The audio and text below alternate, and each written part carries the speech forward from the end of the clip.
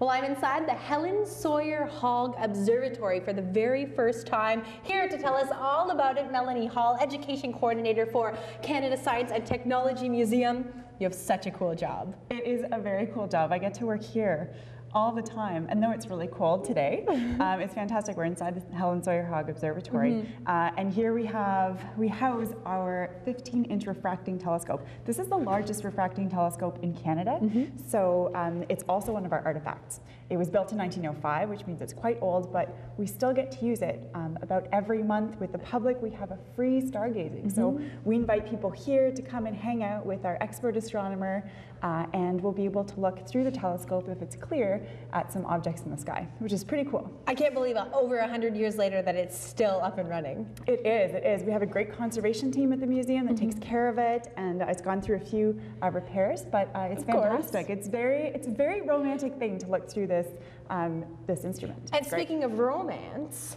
the next stargazing event kind of lands on somewhat of a romantic day. It is. It's February 14th, which we all know is Valentine's Day, so we're encouraging people to come here, whether they're single or they're with someone or they're with their mom or the dad or their family, to come and hang out under the stars, a very romantic evening. It'll be cold, so we encourage people to bundle up or bring somebody to cuddle up with to keep warm, and so that starts at 7 o'clock. And what should people expect to see? Well, right now in the sky, we're very excited because Jupiter is really beautiful. So if you've looked outside at night recently and seen this big bright star in the sky, it's actually a planet. So Jupiter is about 5 times the distance between the sun and the Earth. That's how far away it is from us. So it's pretty far, but what we can see with our telescope is we can see the bands of Jupiter, the big red spot that you sometimes see in images, and also the 4 moons of Jupiter, which are the Galilean moons. They're beautiful, so I encourage everybody to come out and see it if you've never seen it, or even if you have. It never gets old. It's beautiful. No, absolutely. And that's kind of a rarity, right, to be able to see Jupiter? Well, you can see it at some certain times of the year. It's not a cyclical thing, so it doesn't come back every time at the same time of year, but it's around, and it's beautiful, yeah. Okay. So now you've opened up a slot for us today, because not only does this open, but the roof spins? Absolutely, because we need to be able to see in the whole sky. So what you can do is, if you want to, this is how we move the telescope. So it's a heavy instrument.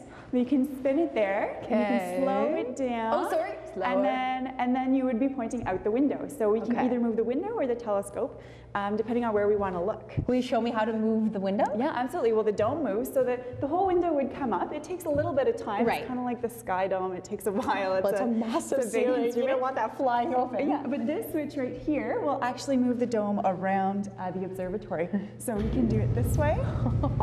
So if you would like to look more west or east, we can just move it depending on where it is. So how neat is that? Yeah, it's very cool. The only things we can't look at are things that are below us that aren't necessarily up at that time. Okay.